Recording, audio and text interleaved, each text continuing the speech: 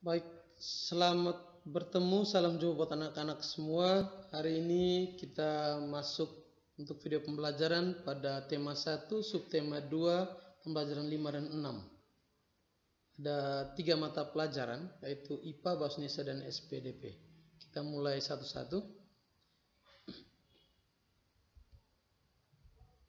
Untuk IPA kita pelajari manfaat otot dan sendi manusia.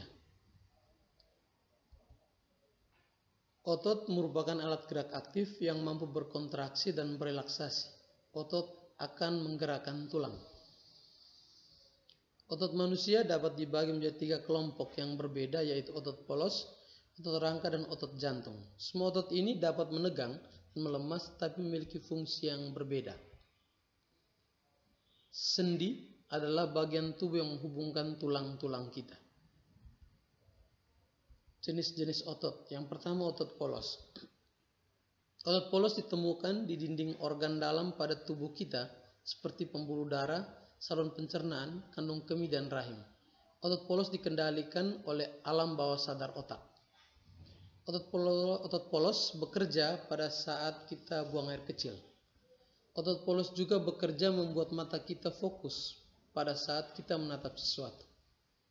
Sel otot polos berbentuk gelendong dan memiliki satu inti sel di tengah. Otot polos berkontraksi secara perlahan dan berirama.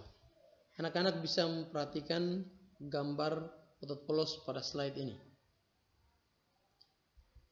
Berikutnya, otot jantung. Seperti namanya, otot ini hanya ditemukan di jantung. Otot jantung bertanggung jawab untuk memompa darah ke seluruh tubuh. Selain itu, otot jantung juga bertugas untuk mengatur detak jantung di seluruh tubuh kita. Sel otot jantung memiliki garis-garis terang dan gelap yang disebut lurik. Sel otot jantung berbentuk silindris memanjang dengan satu inti sel di tengah. Anak-anak silakan perhatikan gambar otot jantung pada slide ini. Ketiga, otot rangka. Otot rangka adalah satu-satunya jaringan otot sukarela dalam tubuh manusia karena bisa dikendalikan secara sadar. Setiap gerakan fisik yang dilakukan seseorang secara sadar, seperti berbicara, berjalan, atau menulis, membutuhkan kerja otot rangka. Fungsi otot rangka adalah berkontraksi untuk menggerakkan bagian-bagian tubuh lebih dekat ke tulang yang melekat pada otot. Sel otot rangka sama dengan sel otot jantung, yaitu memiliki lurik. Namun, sel otot rangka berbentuk silindris bercabang dan memiliki inti sel banyak di setiap seratnya. Anak-anak silakan melihat tampilan gambar set struktur otot rangka pada slide ini. Berikut macam-macam sendi. Macam-macam sendi manusia. Yang pertama, sendi putar atau pivot. Sesuai namanya, sendi ini memiliki karakteristik memungkinkan satu tulang dapat melakukan putaran terhadap tulang lain. Contoh dari sendi putar adalah pertemuan tulang leher dan tulang tengkorak. Kedua, sendi engsel atau hinge. Sendi ini memungkinkan tulang bergerak menyerupai gerakan pintu, engsel pintu, dan bersifat satu arah. Contoh dari sendi engsel adalah pertemuan tulang lengan atas dan tulang hasta. Ketiga, sendi peluru atau ball and socket. Sendi peluru merupakan sendi yang memungkinkan gerakan ke segala arah. Sendi peluru adalah tempat pertemuan tulang berbentuk bola dan tulang berbentuk mangkuk. Tubuh manusia hanya memiliki 2 sendi peluru. Pertama, sendi pada panggul menghubungkan tulang panggul dengan tulang paha. Kedua, sendi pada bahu penghubung antara tulang belikat dan lengan atas. 4. Sendi pelana atau saddle. Sendi ini memang mirip dengan pelana yang anak-anak pernah lihat di pelana kuda, yang dapat memberikan gerakan 2 arah. Contoh dari sendi pelana adalah sendi penghubung tulang pergelangan tangan dengan pangkal dari tulang ibu jari. 5. Sendi geser atau plane.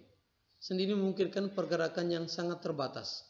Contoh dari sendi geser yaitu terdapat di antara tulang-tulang pergelangan kaki. Anak-anak silakan melihat contoh sendi yang ada pada tubuh manusia. Kita lanjut. langkah-langkah membuat karangan untuk mata pelajaran bahasa Indonesia. Berikut ini adalah langkah-langkah menulis atau membuat karangan berdasarkan gambar. Yang pertama, berilah judul pada gambar sesuai dengan judul yang sesuai. Yang kedua, bila gambar belum urut, urutkan gambar-gambar yang ada secara logis. Ketiga, buatlah kalimat yang menceritakan gambar tersebut. 4, susunlah kalimat-kalimat tersebut dengan baik sehingga menjadi sebuah cerita. Untuk SBDP, langkah-langkah membuat sampul buku.